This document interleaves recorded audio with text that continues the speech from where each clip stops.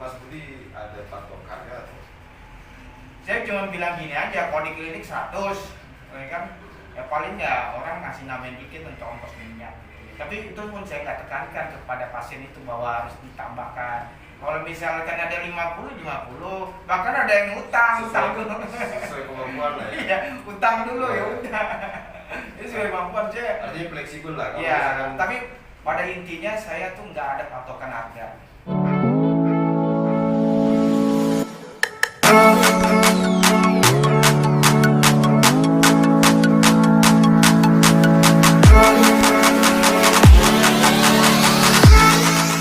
Assalamualaikum warahmatullahi wabarakatuh. Waalaikumsalam warahmatullahi wabarakatuh. Salam topung untuk sahabat dimanapun berada. Saat ini kita akan bincang-bincang dengan sahabat kita bernama Budianto SH. Ya, beliau biasa disapa Mas Budi. Mas Budi ini adalah seorang terapis toto punggung. Sebelum kita bincang-bincang lebih jauh tentang Mas Budi, gimana kabarnya? Alhamdulillah. Alhamdulillah. Sehat. Sekarang Mas Budi tinggal di mana? Lokasi saya ada di Batam, tepatnya di Tiban Center. Iya. Yang menarik ini, Mas Budi ini seorang sarjana hukum ya, benar ya Pak? Benar sekali. Ya. Waktu itu lulus di mana Pak?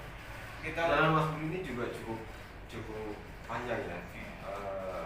Tapi sebelumnya pernah bekerja di lembaga-lembaga hukum gitu? Oh ya pernah, dulu pernah kerja waktu sedikit lagi tamat tuh, diajak sama ada namanya kakak angkat, ya kan? Ya, lu kerja di sini aja, Iya. tempat kawan, bilangin. Aku kan lagi kuliah, bilangin. Udah nggak apa-apa dimasukin. Dia almarhum, dia sekretaris Peradi 2008 lah, 2008 menjelang lulus.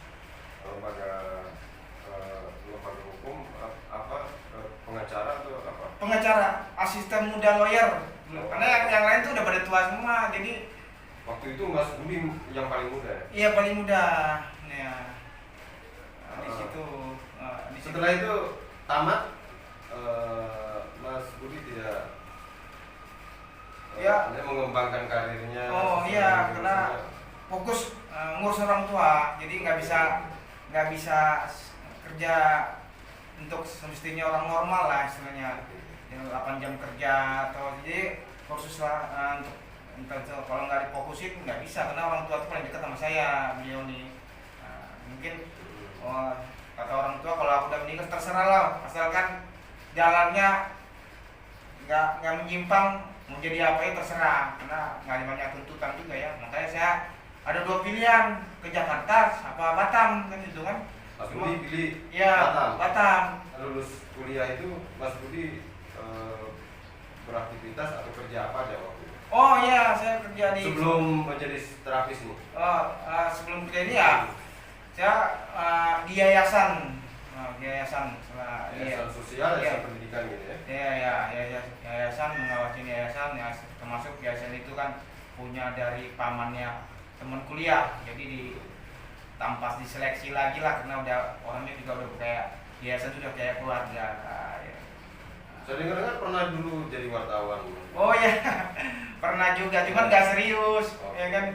Karena Berapa lama waktu itu? ya di Pekanbaru pernah, karena mendiang abang saya tuh wartawan, masuk wartawan senior lah, cuman udah meninggal. Itu waktu itu di Pekanbaru? Ya di Pekanbaru, cuman itu kan suka-suka hati aja kan, dampingin aja kalau misalnya orang tua itu pengen Sekedar mencari pengalaman. iya pengalamannya sekedar ya nggak difokuskan karena. Oke, ceritanya bisa belajar tutup buku dari sisi, maksudnya yang membuat Mas Budi itu terketuk hatinya untuk belajar itu seperti apa kok mau menjadi terapis? Karena terapis totok ini kan hampir-hampir sama, boleh dibilang ya kayak seperti tukang pijat lah gitu. Jadi gini, Waktu itu saya keluar 4 bulan kan, ya kan? Saya bingung nih, kena apa nih kan, juga yayasan juga mau nerima dia juga, cuman cari lain lah. Begitu pula kerja di PT juga belum berumur kan. Terakhir kan beliau inilah Pak Awal inilah jadi terapis saja. Terapis apa? Atau punggung. Ini ada kawan lah. Ya, situ saya kurang tertarik. Kenapa? Karena ibu saya kan bisa mijit, jadi saya kalau punggung mijit sama aja lah kayak gitu kan. Tapi Pak Awal ini coba. Akhirnya ya coba. Oh kayaknya saya teringat kata ulama, kata orang-orang tua, ikutilah salah satu yang disukai orang tuamu, katanya. Pijit toto, hampir mirip nih, kayak ini kan. Oke, ini menarik nih. Ya, jadi Mas Budi sudah punya background pijat sebenarnya. Iya, sedikit lah. Oke, itu dari ilmu dari orang tua. Iya. Iya. Jadi itulah dikembangkan terus dan ya sampai sekarang gitu Pak Awal. Iya. Nah, dengan belajar atau profesi sebagai seorang terapis dokter ini, apakah Mas Budi tidak gengsi gitu? Karena Mas Budi ya mohon maaf ini kan bisa bilang ya sarjana hukum lah gitu. Iya. Saya dari dulu sih sifatnya nggak gengsi gitu. Memang udah tampangnya pas-pasan.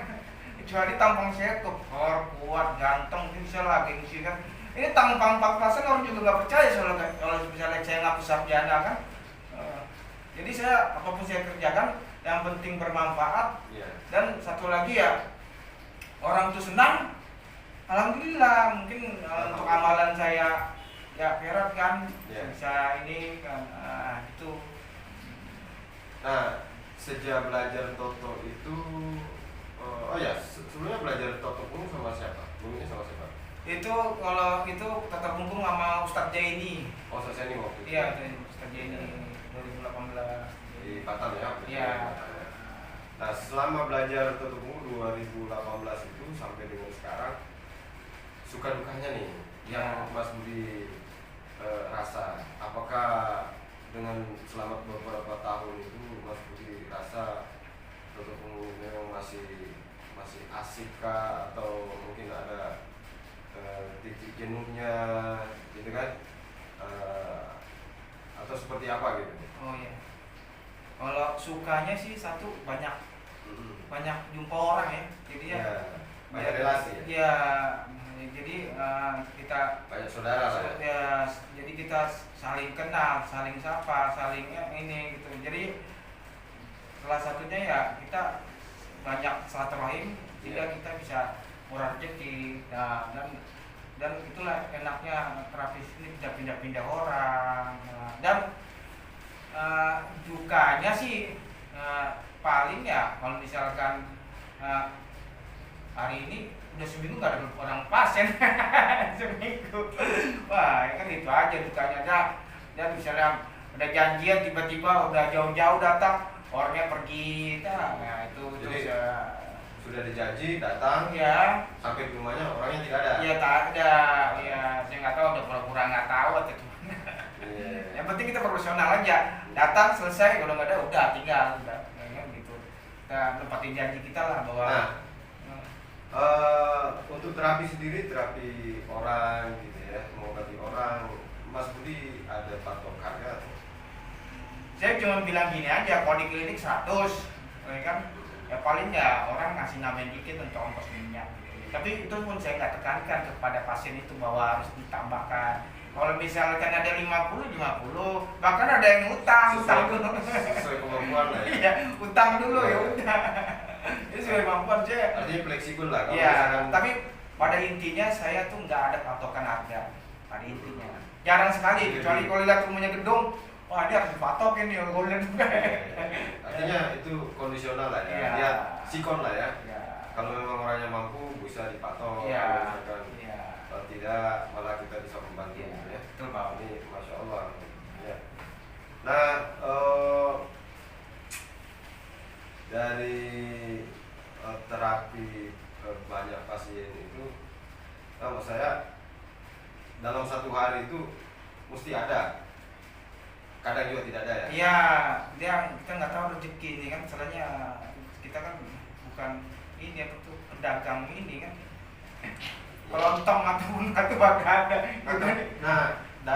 Kalau jadi profesi terapis sendiri nih, mendengar cerita Mas Budi tadi, itu kira-kira cukup nggak untuk kebutuhan sehari-hari? Apakah Mas Budi punya profesi lain, maksudnya punya penghasilan lain atau Saya usaha lain? alhamdulillah kan profesinya ini nggak ada yang lain lagi. Hanya Fokus ini. Ya paling saya nggak pernah minta sama orang, jarang saya minta. Begitu juga sama Pak Awal, palingnya mau ada sesuatu itu paling saya jarang lah minta sama Pak Awal. Misalnya saya nggak ada beras ini, pokoknya happy aja sama beliau. Orang tahu. Tapi kalau paling saya bilang gini, wah ini nggak ada belum dapat beras nih. Sebenarnya paling saya nambahin sholat 2 nih, 12 rakaat. Kalau 2 rakaat udah ampuh tuh, pasti ada datang tuh. Begitu. Itu 12 rakaat sholat 2 langsung gitu besok atau hari ini dapat itu. Tapi kalau ada rezeki nanti aja 4 rakaat aja. Tapi selama berprofesi terapis ini cukup lah ya, maksudnya ya dirasa cukup lah ya. Iya, kalau di sini untuk pertama kan kita kan biar nggak lemes dulu beras ya kan satu, tapi nanti selanjutnya ya tinggal nyusul gitu aja intinya kan. Ya nggak muluk-muluk, begitu juga istri jangan minta macam-macam, ini terapis kecuali pejabat gitu. Jadi istilahnya tuh hari ini dapat duit untuk beli beras, untuk beli lauk, selesai. Paling untuk anak susu atau gimana kan, atau nah kalau untuk kalangan orang-orang yang biasa Mas Budi terapi, ada tingkatan pejabat, ada menengah, ada ke bawah, beragam lah ya. beragam. Karena kita nggak tahu, karena kan namanya terapis tetap ini kan orang tuh kapan dia sakit kita nggak tahu. Kadang-kadang yang ini alhamdulillah disembuhkan Allah Subhanahu Wa Taala, ada yang menengah udah sembuh, menengah atau muter-muter gitu aja. Nah terapisnya sendiri untuk pengobatan melayani orang, Mas Budi lebih banyak dipanggil selama ini atau seperti apa? Tempat praktek ya di areaan ini ya, di Tiban 3 ini. Nah, untuk yang dipanggil ya mungkin waktunya sih kalau misalnya di Rean ini nggak padat waktunya mungkin bisa keluar, karena di Rean ini kan nggak ditekankan kan dari pemilik ownernya tetap hukum Rean ini, jadi bisa lah untuk misalnya bagi-bagi shift. Jadi hari-hari Mas Budi di klinik Arayan ya? Ya. Jadi terapis di klinik Arayan. Ya. Selain itu juga melayani pasien di luar gitu. Nah, yang Mas Budi sendiri rasa dengan adanya keahlian terapi ini seperti apa? Maksudnya dari sisi kepuasan. Jadi gini, betul, sejak ada ilmu tata punggung ini kita sangat membantu diri kita sendiri dan membantu warga dari sekitarnya, baik dia orang susah, kaya atau gimana, kan kita bisa edukasi kepada mereka nih tata punggung, coba ada wanitanya dan gunanya untuk apa, kita jelaskan gini-gini. Nah, mereka rata-rata tertarik. Nah, itulah kita salah satu punya ilmu dari Allah Subhanahu Wa Taala. Jadi kita ilmu itu nggak tersia-sia. Banyak ilmu yang tersia-sia kan, yang seperti sejarah hukum kan tersia-sia tapi ini jalan terus. Yeah. Kenapa? Selalu kita membimbing orang, jumpa orang itu nikmatnya tuh, karena bukan duitnya tapi jumpa orang yang preman, bang jangan lupa sholat nih, sholat utama itu enak. Dakwah bisa ya, masuk. Dakwah masuk. Selain terapi, ya. juga unsur-unsur dakwah bisa disampaikan. Iya. Artinya kebaikan bisa disampaikan. Ya, itu yang menariknya dari tata punggung ini. Iya, luar biasa. Dari keluarga sendiri nih, kayak misalkan istri atau pihak keluarga istri atau pihak keluarga Mas Budi, karena profesinya selama ini kan hanya batas terapi saja. Kalau bilang dari cerita Mas Budi tadi ini kan, kalau kita melihat untuk mengcover kebutuhan misalkan, karena penghasilannya itu kan bisa dikatalah sukarela lagi, yeah. Tidak menentu.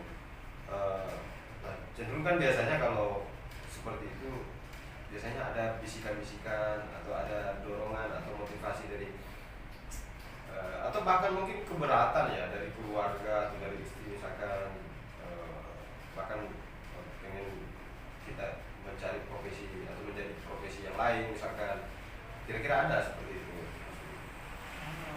Sebentar ini belum ada ya. Artinya keluarga bersyukur aja. Iya bersyukur. Kalau kerja terikat juga susah karena kita terapis juga kan. Jadi salah satu harus dikorbankan. Artinya lebih tertarik menekuni terapis otot ini dibandingkan bekerja, Iya. bekerja terikat gitu ya, Iya. di perusahaan atau di lembaga gitu. Iya. Ya. Iya. Bagi seorang terapis, Mas Budi sudah merasakan otot punggung itu sendiri? Udah.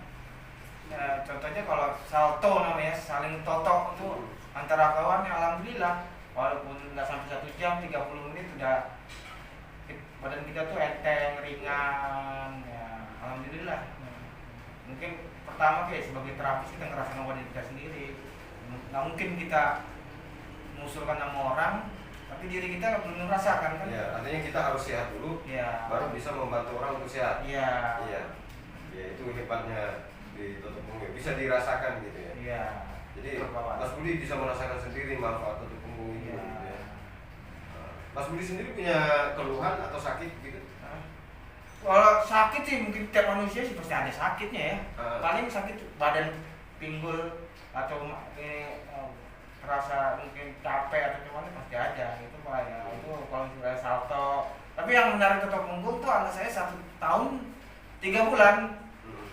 Kalau misal kasih bilang dia telungkup sih mau dari saya totok langsung balik dia telungkup. Nah, totok. Jadi anak bayi pun Iya, langsung ngerti dia karena bisa. emaknya sering ditotok, kan totok, dia ngerti, totok dulu, langsung itu 1 tahun 3 bulan, ya kan, dia langsung ngerti dia. Jadi artinya tutup punggung ini selain untuk diri, keluarga juga Iya. merasakan manfaatnya. Iya.